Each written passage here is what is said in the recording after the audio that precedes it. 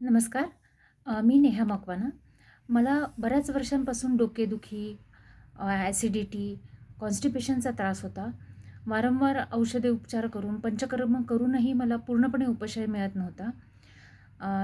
मी जेव्हा वैद्य नरहरी सरांच्या संपर्कात आले, तेव्हा त्यांनी जीवसाक्षिणी नाडीच्या माध्यमातून ह्याचे मूळ कारण शोधून काढले.